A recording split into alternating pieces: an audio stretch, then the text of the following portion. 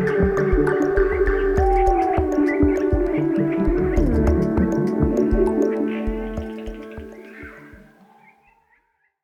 everyone, it's me today, M, and I am together with Elisabeth. Hi. Hi, Maria. So, Elisabeth Dimitras is a neurodivergent queer soul activist and entrepreneur. She founded Ethos and Empathy in 2017, which is an eco-anti-speciesist initiative that was transformed to an online encyclopedia in 2020, a hub that mostly focuses on animal ethics and animal liberation, environmental justice and human liberation, and it also promotes a low-waste lifestyle. Elisabeth volunteered as an animal caretaker in farm sanctuaries and published various essays, including one in a critical animal studies book, which I read. So the thing is, I first heard Elisabeth speaking also on a podcast 6 years ago, in 2020, on the Beyond Species podcast. And a podcast I really liked, and that episode really stayed with me. So I'm really glad to have her here with me right now. Elisabeth, I know you have a certificate in grief literacy and that you are also a climate migrant, having moved from Greece to Sweden. And I read you were living off the grid in a tiny house, and it was there that you experienced the perils of climate collapse firsthand, having to go without water for a month and a half during heat waves that reached up to 45 degrees Celsius in 2023. And I also know you've had to deal with a lot of grief in your life, including that of mourning your beloved dog, Misoy. First of all, thank you very much for this nice intro. I almost forgot that we first interacted after speaking with Steve in that podcast. I'm honored for being invited in this podcast. How do you define grief? So, yeah, well, the ecological grief came before grieving Misoy. So, losing Misoy was on top of experiencing ecological grief. But let's take things from the beginning. I will give you two of the definitions that what grief is from the Grief Recovery Institute. So the one is that grief is the normal and natural reaction to loss. And the other is that grief is the conflicting feelings caused by the end of or change in a familiar pattern of behavior. Grief is often a process of adjusting to a new reality, coming to accept the reality of our loss, which can take 6 to 18 months. We learn how to live with loss. We don't forget or move or heal. We learn to accommodate our loss, to adapt to it, to grow around it. And during that time, we readjust our sense of self. This third definition is from the Shapes of Grief, the online seminar that I took.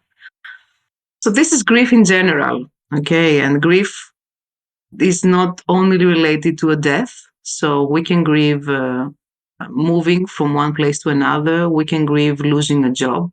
We can grieve a marriage that didn't go well. There are so many things that we can grieve. But today we're going to speak about ecological grief, which is one of the most disemphasized types of grief. So what is ecological grief? Ecological grief or eco-grief is the grief felt in relation to experienced or anticipated ecological losses, including the loss of species, ecosystems, and meaningful landscapes due to acute or chronic environmental change. Grief has been identified as a response to acute extreme weather events, for example, a hurricane, a flood, heat waves, wildfires. It's a natural response to ecological loss, which is supposedly particularly pronounced in people who retain close relationships with the natural environment. Anticipated future loss relates to that of species, landscapes, ecosystems, ways of life, or livelihoods. But ecological grief for me is very closely related to eco-anxiety or climate anxiety, which is a response to impending threats by climate change. For example, rising sea levels, desertification. And eco-anxiety is an inevitable and even healthy response to the ecological threats that we're facing. Can you maybe expand a little bit? Because maybe people are not familiar with the concept of a grief being disenfranchised. I know also grieving other animals is a form of disenfranchised grief. Yes, of course. Disenfranchised grief is a term coined by Dr. Kenneth J. Doka in 1989, And it actually describes forms of grief that are not acknowledged on a personal or societal level. Personally, I believe that the most disenfranchised type of grief at the moment, except for ecological grief, is, as you said, grieving non-human animals. And to be honest, when I did the training with the Grief Recovery Institute, there is a whole chapter about grieving dogs, cats, horses, grieving pets in general. So there is a specific different book, a handbook that the people with who we will work need to use. And on the cover of this book, you can see the animals that I said: dogs, cats, bunnies, horses, and the fish. So even though the majority of the society will say, oh, it's just a dog, it's just a cat, or they will also say the typical, awful, you will get another one. At least the Grief Recovery Institute has a book for these species. If you ask me, the most disenfranchised type of grief when it comes to non-human animals is what the people who are running farm sanctuaries are experiencing. Because if we cannot speak about our grief that it's related to a dog or a cat, imagine people who have lost pigs and cows and chickens and ducks, like animals that no one, like almost no one except on these species, think as sentient beings. Yes, I agree. I feel like because lately the climate crisis is getting so much more visible because we're really starting to feel the heat waves and the extreme weather events that this type of ecological grief is a little bit more talked about than before. Yes, that's true. More and more people speak about it, and especially Francis Weller. Whoever is interested in ecological grief, I recommend to get his books. I have read the book The Wild Edge of Sorrow after losing my soul dog, Misoy, and it has been really nourishing. Actually, it was a friend who got it for me because I was also financially broke at the time.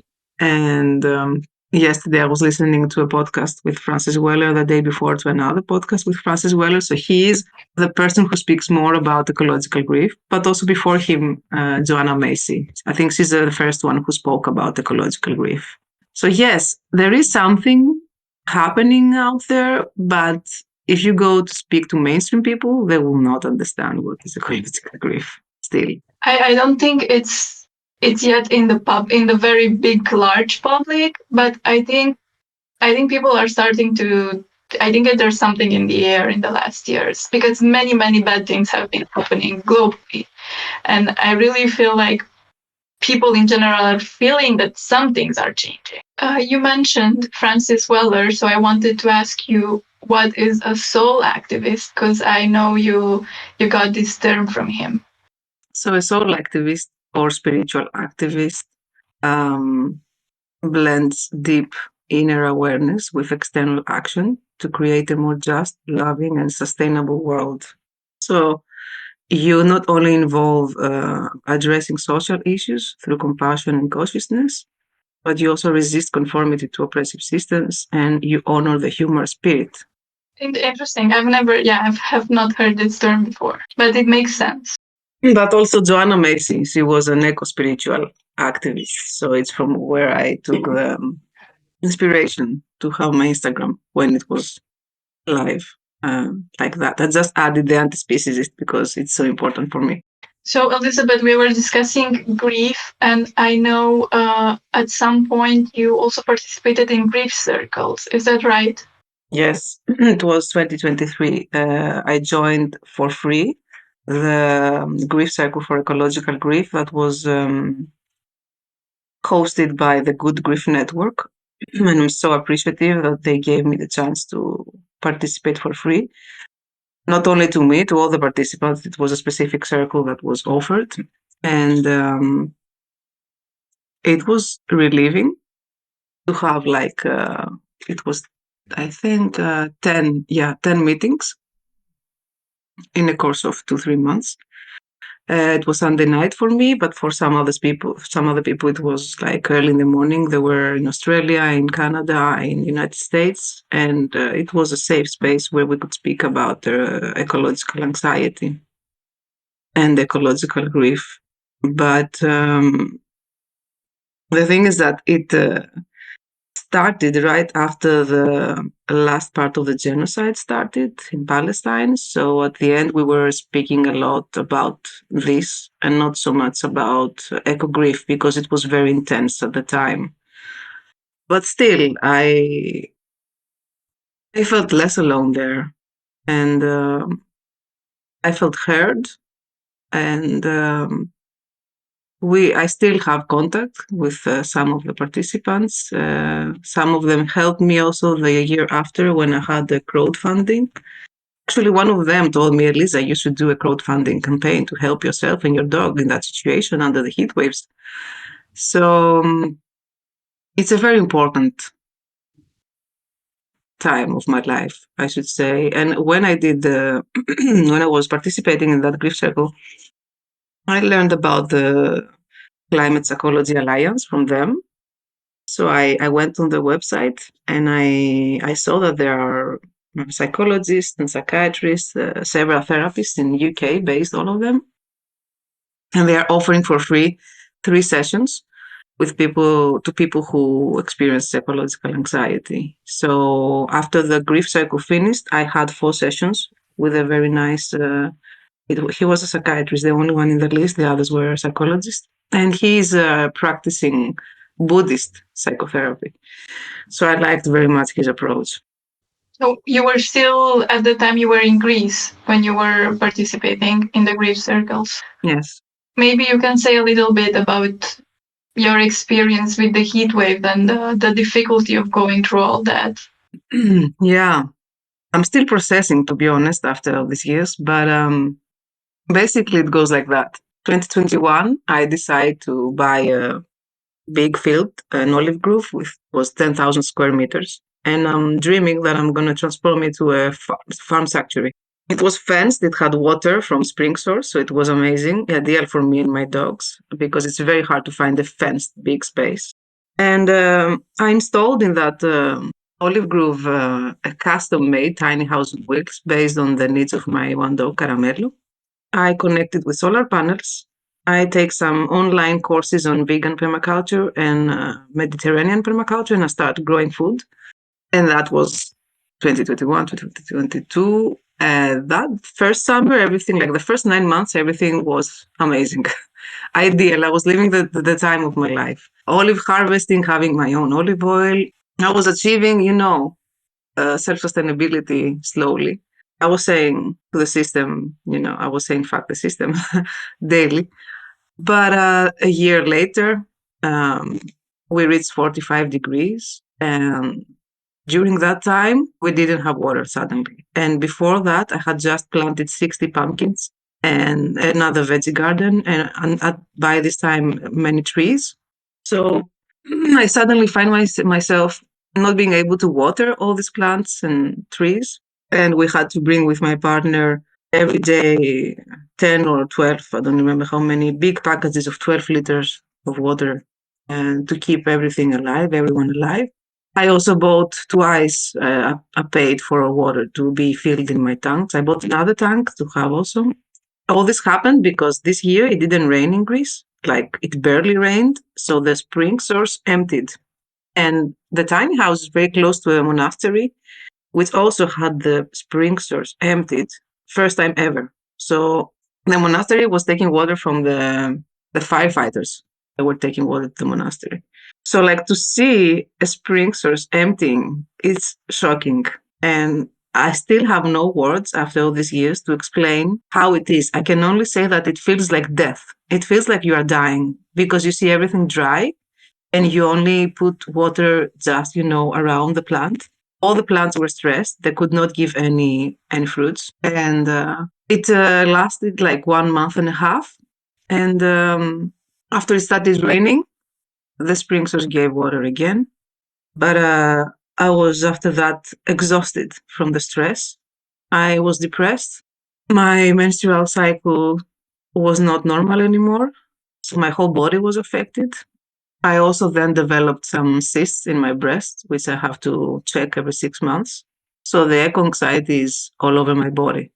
And the year after, we didn't have a problem with water, but I invested a lot of money to be able to keep the water in my land, so it would not go further away. And but the hottest day of the planet so far recorded from NASA, 2022 July 2024. My inverter crashed, and I couldn't have electricity in the house, so I had to buy a new inverter, 1,000 euros. And it was the moment I had the crowdfunding, but the crowdfunding was for buying batteries and 2 or 3 more solar panels in order to have to install an air condition in order to be able to survive the heat waves. And I did it mostly for my dog Misoy because he was old and he had his heart issues. So I managed, I survived. But after that, I was like, I can't keep living like that. And of course, you will never be able to bring rescued animals in a place that you don't know if you will have water. And to buy water, like, because now it happened recently to someone who is staying in my home, 70 euros for 2 tons of water. It's not affordable. So I had to start grieving my dream. And all this time, I was living, this is in Nevia Island. And when I arrived there, I was visiting all the wetlands, because I'm very close to nature. And in like 2 years, you cannot imagine how much the water has been disappearing or diminished. Like, there is no water where before there was. And it's very scary to experience this. So that's why I decided to leave from Greece and I came to Sweden. But I was again inspired by a participant from the Grief Circle who moved from Oregon to Canada because she also couldn't stand anymore the heat waves and the wildfires. She couldn't stand anymore to be in that constant stress, constant survival mode situation. I can imagine. It sounds really, really sad. And we also have a garden, and whenever I cannot take care of some plant and they die, I am sad. But to have a heat wave affect all of them, it's really distressing. It's unbearable. And now you're in Sweden. How is Sweden on this front? How do you feel there? Sadly, something happened 3 months after we were here. We arrived here. So we were very happy in the forest. After all this time in the dry Greece, the dry land around me, I arrived in a place that was green. So when we left Greece, it was 42 degrees. Going through Italy, we took the ferry to Italy. So then we drove from Italy to Germany. It was extremely hot in Italy as well. And we arrived in Sweden and it was 25 degrees. It was paradise. So everything was green around. And you could sit under the sun again because, of course, in Greece, you cannot sit under the sun during the summer anymore. So it was really nice. But it only lasted 3 months because I really don't know why I ended up here, but I ended up next to a forest that was cleared. So I experienced another very shocking experience that they cleared the whole forest. And it's exactly the forest where I was walking my dog Caramello. And I couldn't believe that this is allowed. So this is allowed. It's the number one thing that Sweden is exporting. So the logging industry here is doing whatever they want. And in this forest, they are still, but there is no forest anymore. Foxes, wild boars, deer, and so many insects. And after they cleared down the forest, we started seeing deers coming in the gardens of the houses, and it was very sad. And the trees are still there, murdered, the one on top of the other, under the snow, waiting for someone to take them and sell them. And for me, the saddest part was how the neighbors were reacting. They were all saying that it's okay, it's how it is. We cannot do anything. The rich people decide. So it's an owned land. So all over Sweden, it's happening because I did the research when it happened. So all over Sweden, lands are owned and people are able to sell them to make money. And also here, they are hunting bears and wolves. And when they started destroying the forest, they also started hunting wild boars. So I'm very sad, and I think that there is no space for me to live in safety because I want to be in nature, but I can't. So I have to go back to the city and just to be around a natural, like a park in a city, because this is the only place that it's not gonna be destroyed if I want to stay in Sweden. Otherwise, I think I'm gonna get a caravan, a camper van, and I'm gonna be all over. Like, a flood happens, I go away. Wildfire happens, I go away. They destroy the forest, I go to another forest. I think for me now, this is the safest option, but it's tiring. And after 4 years of the grid, I cannot do it now. I need first to rest. Yes, that makes sense. It seems like after that really big loss of your dream, and to move to somewhere and experience this loss again, I can see how that's very, very tiring and stressful for your emotions and brain and body. Yeah, and my body again, for 85 days, I didn't have my period. So again, menstrual issues. I think that my body is interconnected with nature. So whenever there is a shocking thing happening in nature, my body is also shocked. And I just, I try what I can. I do yin yoga, I meditate, I try to rest, I try to eat nourishing for my body food. But sometimes you just feel that there is no reason to do all that. Sometimes I just go on the opposite. I just go to comfort food and I just don't try anything because I feel that it's pointless. But this is sometimes. Oftentimes I try the best. No, I get it. It's hard to, cling on to something and still be hopeful and try to keep living. Sometimes it's hard. Yeah. With all this grief, I wanted to ask: is this what led you to train, to learn more about grief? Yeah, to be honest, grief started grief found me in my life when I first lost my mom. Okay, I had already lost my grandfather, but when I was 22 years old, my mother died. And although she was fighting with cancer for 12 years, I was never expecting her to die because she was giving us the impression that she's always going to be okay. So we never had the conversation about death, sadly. And I'm a griever since 22 years old, but I was trying to pushing it down. And listening to Francis Weller the other day, he also was trying the same. And then he realized that I cannot push this sad person, this sadness, this pain. So I have to do something with it. So I also felt after losing Misoy, because when I lost Misoy, I lost everything. As a scientist and a researcher, the only way for me to survive that was to study. Whenever I study something and I understand it, I can continue. And also, before I was working as a freelance researcher, and I was doing very meaningful research, but it was so hard to face all this pain and all this environmental damage and all this, yeah. I don't even have the right words to express. So I was like, do I really want to keep doing this? I can't. I don't think that I can. So also before I was believing that we can save it. We can save the planet, we can save the other animals. But I have studied biodiversity conservation. Okay. And when I was in France studying, what we were seeing in the models, it shouldn't come so fast. It shouldn't come already. So for me, it's too late to try to save anything. And at the moment, I believe that what we should do is to focus on each other and take care of each other and embrace grief and try to survive the climate chaos. And there are so many things that we are grieving at the moment collectively with all these genocides and the ecological grief and in our personal lives. So grief is everywhere. And I believe that personally, I feel that it's better to focus on how to help people survive big grief, resolve unresolved accumulated grief, and how to move on in this world during these uncertain times instead of trying to do more research and trying to find solutions that at the end they're not going to be implemented. Well, I have to hope that some good change will happen because otherwise things will be really, really bad.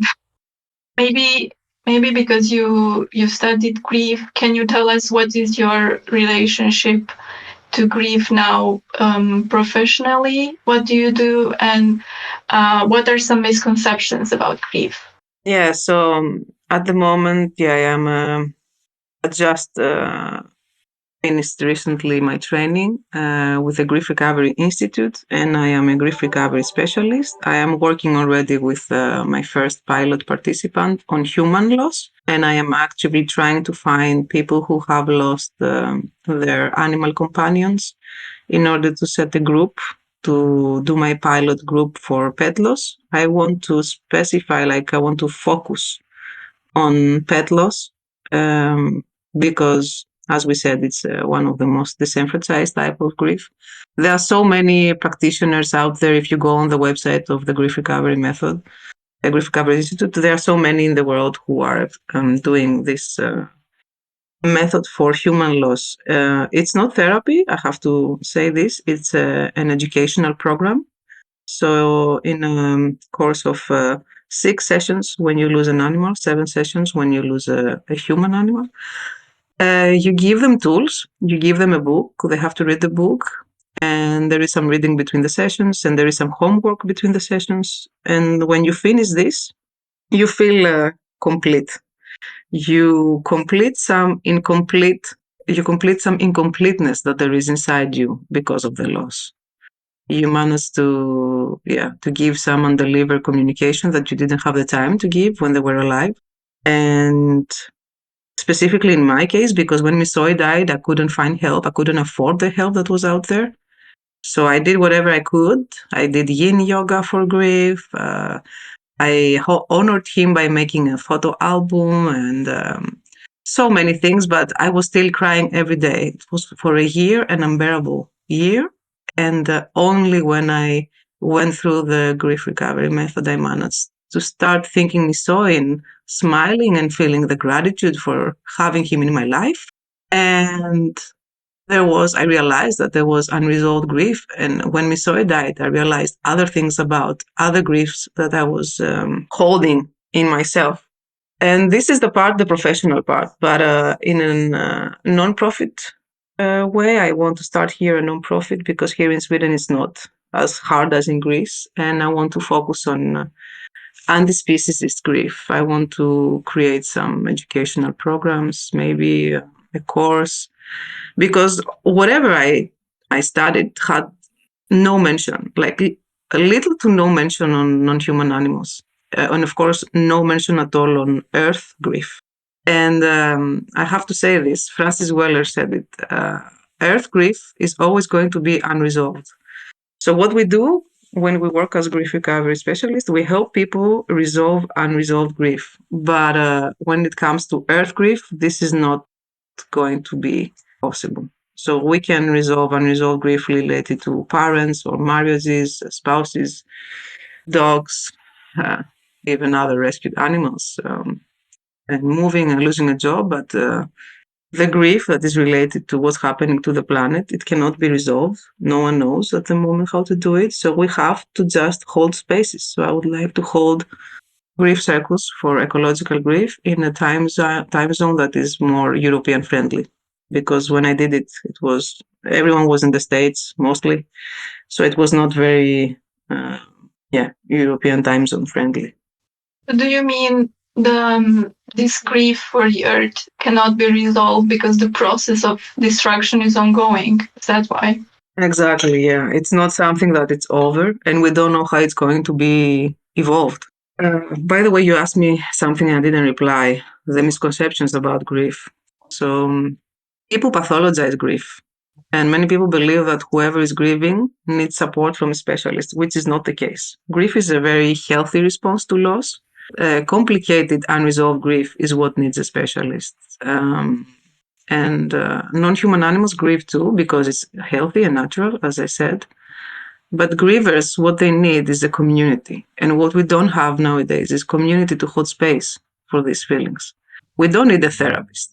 But sadly, in this society where individualism is only growing, people end up being indeed in need of a specialist because their grief becomes accumulated and unresolved because no one is holding space for them to grieve.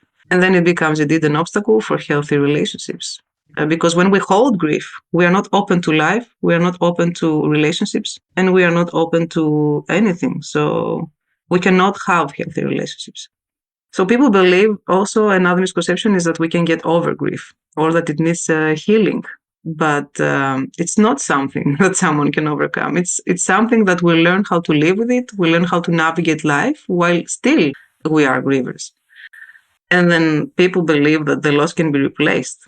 Like, for example, women who lose babies, they tell them, you will have another one. Or people who lose a dog, they tell them, you will get another dog. But loss cannot be replaced. Even if we adopt another dog, or even if a woman will eventually have another baby, we will always grieve the dog that we lost. And the women will always grieve the baby that we lost. And yeah, I mean, there are many misconceptions about grief, but for me, the biggest problem is that we don't grieve as people were in the past. It's also grief has been colonized. So grief is a communal thing, and we don't do it in the community. We are isolated, and we are not. If you grieve alone, if the grief is not witnessed, then it's never going to be resolved. This is why it's so important to underline this issue of disenfranchised grief, because it's not witnessed, right? Mm-hmm. Exactly. And it's not only that, like, for example, pets are the best companions when you grieve because they are just there holding space for you. People want to fix you when you grieve, but there is nothing to fix. You just need to experience this. You just need to get in touch. And grief is also love that has nowhere to go. Like, I love Misoy so much. And when I lost him, I didn't know what to do with this love. So I had to write about him. I had to create the book. I had to do the tattoo. You have to do all these things. And then you just need people around to speak about this person, about this dog, about this idea. If you don't have anyone to speak about it, suddenly, when we are speaking about someone or something that was alive in you until recently, then it just stays here. And like the worst thing is that people don't speak about the person who died. They never say their names. And it's very bad. We need exactly the opposite. I need people telling me, talk to me about Misoy. I want to listen to his name. And they never, like also with my mom, no one wanted to go there. And no one wants to speak about the person who died, or they avoid. And this is awful. We need exactly the opposite. Because I think everybody is so afraid and we have so little knowledge about what to do with that. I mean, the only thing we know, we have to say our condolences, and then what? Yeah, there is no grief education. So I also don't blame anyone because we grew up in a society that we were not speaking about death. We were not speaking about grief. We always want to put everything under the carpet. And I have written a post about grieving Misoy, and in it, I have a passage from the book of Francis Weller, which says that in old Scandinavian communities, and when I wrote it, I didn't know I'm going to go to Scandinavia. But anyway, in old Scandinavian communities, people were holding space for 1 year for the griever. They were taking care of their kids. They were cooking for them. They were taking care of their house. And they left the person grieve over the ashes. It's very important. The first year is very important. So I couldn't light the fire in my tiny house. I needed my partner to come and do it. I couldn't cook. I couldn't do almost anything when I lost Misoy. The grief was so intense. It was all over my body. And I lost part of my memory because also it takes a lot of space in the brain. And I still cannot remember many things after he died. And I even met a woman right before Misoy died, and she's a Greek, half French. And she told me that she forgot all the Greek she knew when her parents and her brother died all together, very close, the one after the other, due to COVID. So it happens, like it can erase your memories. So imagine it's something so intense, and then you don't have the right to speak about it. Or when you are working in this capitalistic society, they give you just 1 or 2 days leave, and then what? Then back to normal? What's normal? There is no normal anymore. I really, really feel like we need to, especially because we're in the climate crisis, face these discussions about grief and about loss and about death.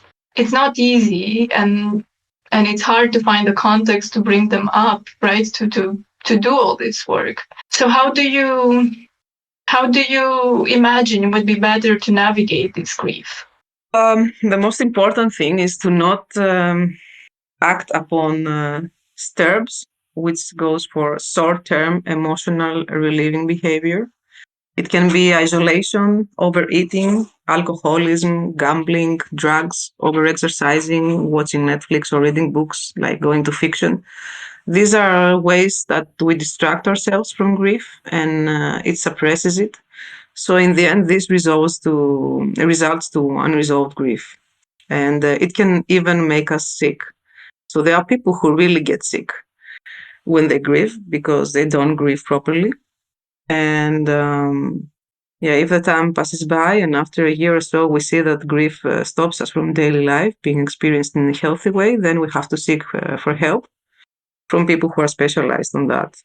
But it always needs to be people who are educated on grief, because if we just go to a typical psychologist or psychiatrist, they can't help because they don't have grief literacy. This is what the Irish Shapes of Grief Educational Center is doing. It's providing online in a very affordable price grief literacy. It's 4 different certificates. And if you haven't studied grief, if you haven't studied the theories in grief, like for example, the 5 stages of grief that they say, this is not, this is like a very big myth that goes around. These 5 stages are for people who are terminally ill. They have no reason to be related with grieving. Grief is not linear also. So people have the tendency saying you are in the stage of denial or you are in the stage of depression. No, there are no stages. You can be like for example, you can grieve, you can cry all day, and then you can go and have a very joyful moment. You need actually to do this. You need to accept that grief and joy can coexist. But specifically the grief recovery method, when I did the first seminar, The Shapes of Grief, I learned everything about grief, all the theories, but I still didn't have tools to help myself or others. When I did the grief recovery method, it helped me to resolve the unresolved grief that was related not only to Misoy's death, but also to the absence of the father's figure, because I never had a dad. So death often brings in surface unresolved grief, and then we experience accumulate grief. So the method, for example, is only 7 sessions for human loss, as I said, and 6 for pet loss. It's not a long process. It's not like years of psychotherapy. It's just specific tools, 1, 2, 3, 4, just steps that you do. And then it's also evidence-based. It has been studied, the grief recovery method. So it's the only evidence-based way to resolve unresolved grief. But until we go there, we can just, try to find the right people around us to speak about the person or the animal or whatever we lost. And only if we see that time is passing by and people don't hear us or don't want to hear us, or they tell us, are you still grieving? Like, yes, of course I will always be grieving. Only if we can find these people, and we feel that it affects us daily, then we need to ask for help. Then we need maybe to join a grief circle or to do the grief recovery method. But first we can sing and write and draw and play music. And yeah, you first have to, like, for example, the grief recovery method, you cannot do it directly after you lose someone. You need at least a couple of months, because in the beginning there is always a shock and there are so many feelings, and you don't have the brain to be able to focus on the homework because it has reading and homework, as I said. It sounds very interesting for a method. And everything you said, I'm also wondering, I think part of it also applies to earth grief, at least the singing and the writing and the trying to connect to the beings that you love and the places that you love that are still here. That's very true, yeah. And Joanna Macy offers, through the work that reconnects in her books, several practices that we can do, that we can go and speak to the earth. We can just, like even Francis Weller, like I keep saying about this person, but he's amazing. Like there are some things that you can do, like dig in the ground, dig a hole and shout everything, whatever you feel like, and then just bury it. And this is a ritual. So he speaks about rituals, and this is what we have lost. When you lose rituals, what do you have? humans were experiencing life through rituals all the time, and we have lost the connection with that. And this is part of his work. He is doing rituals with people collectively who grieve. So, of course, yeah, there are many things that we can do to express this and experience this, and it only makes us wiser. It doesn't, like, so many people are like, I don't want to go there, but you want to go there. If you don't go there, it's going to find you in another way, in a painful way, in a sickness or something. You have to go there. You want to go there, believe me. You will come up after with tools and wisdom that you can offer to others. Like, I remember people calling me, I lost my mom. How did you manage to survive? Like, young girls, like in my age. In the beginning, I was shocked. I was like, I don't know. I didn't know how to answer. But then if you study and if you go through this, if you jump, if you dive into it, you learn lessons they are very much needed in these times, and to keep going. I think that's really, in a way, it is hopeful what you're saying, because I think when we're faced with that, or when we see this incredible destruction that is happening with the climate crisis, and with the genocide in Palestine, and with the wars, and with of the grazing fascism and everything, it feels like it's really hard to go through grief. But obviously, people have done it before, so it is possible. Yeah, for me, the most important thing that I want to start speaking about, no one speaks about, is the grief that vegan people experience every day, grief that anti-speciesists experience every day. Because, okay, we go out and we fight, we advocate for animals' life, we advocate for animal liberation, but we don't achieve it. We achieve it in very small numbers. So we are daily facing death when we go through a butcher place, or when we pass in front of a farm that has all these animals in that state. And when I'm driving and I have these awful trucks going through, like, we face death all the time. Even if you are a vegan and you're still driving a car, you are creating this death to some insects. Okay. So we have so much grief, and that's why most vegans end up burn out at the end, because we don't let any space, any time to acknowledge this, and to speak about it, and to say how much it hurts. And so people see angry vegans and they are so fed up with angry vegans. But why this anger? The anger comes from sadness. Anger comes after. It's first sadness. And I think that, based on the idea of climate cafe, or grief circles for ecological grief, I think that maybe what I have to focus is grief circle for vegan grief, anti-speciesist grief, and an anti-speciesist cafe, maybe, where we can speak about all these things that if we speak to other people, only if you don't see animals like commodity, you can speak about the depth of your pain, because empaths feel it so much in their bones, and how much you can carry by yourself. You need to share it. Otherwise, it's not possible. Yes, I think that's a good idea, and it's really needed. Many times when I'm with other vegan people, it does happen that people start to, let out all the difficulties of being, the people that we are against so many things that are happening, and it's tough sometimes to, be against all the violence and all the things that other people sort of ignore. Exactly, not sort of. They totally ignore. They want to ignore. So we need, like, also, I went to this winter vegan camp, and they had all these talks about so many different things, and they were all so sad. And, like, I was like, why are we having these talks here in the vegan camp? We already know all that. And they were in Swedish, so I didn't watch anything. But I told them, maybe you can share some positive stories, like animals that have been rescued, how nice they live in farm sanctuaries, what we have achieved this year. Because, I mean, we don't need any more pain. We don't need any more death and abuse. We need something positive to carry on. Otherwise, it's too much. And then we have people who suicide, of course, because they can't deal with it anymore. And dying by suicide is very, very bad and sad for the person who ended up doing it. because I have been in my life suicidal, and you never really want to do it. You just want the pain to stop. And the soul never wants. Like if you go and try drown yourself in the sea, you can. The body wants to breathe. So the body never wants to die. And it's just the unbearable pain that leads the person to do it's like it's the symptom of the disease. It's not the person itself themselves that they do this. And I think that we could save so many suicides if we would be more open to speak about death, to have death cafes, to have grief cafes.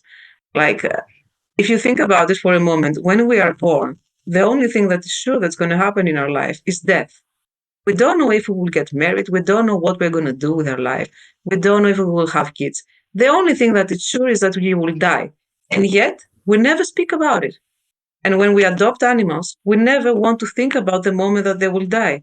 If only we were raised in societies that death was spoken about, everything would be so much easier. Grief would be so much lighter. It would be just an accepted part of our life. Yes, I want to imagine that because you are right. There is no way to escape that or loss. We can only live with it. I hope and I think that we can learn to do that, not just as individuals. Yeah, me too. And then if you're spiritual, you can always remember that the soul never dies. The soul is always alive. It's just that what I say is that I am a soul living a human experience. I'm just inhabiting this body. I know I existed before and I will exist again in the future. So, I mean, I hope I won't exist in the future because I feel also very tired. But I know that Misoy is out there. He's saying hi by his own way. And I have felt my mom also in the past. So life is not the opposite of death. Birth is the opposite of death. Life is eternal.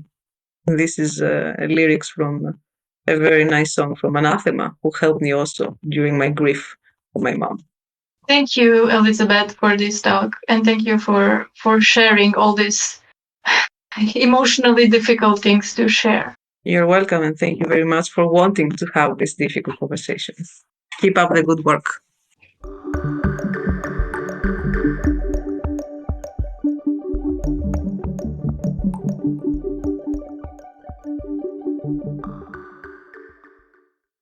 If you appreciate our videos, please like and subscribe to help us get the word out.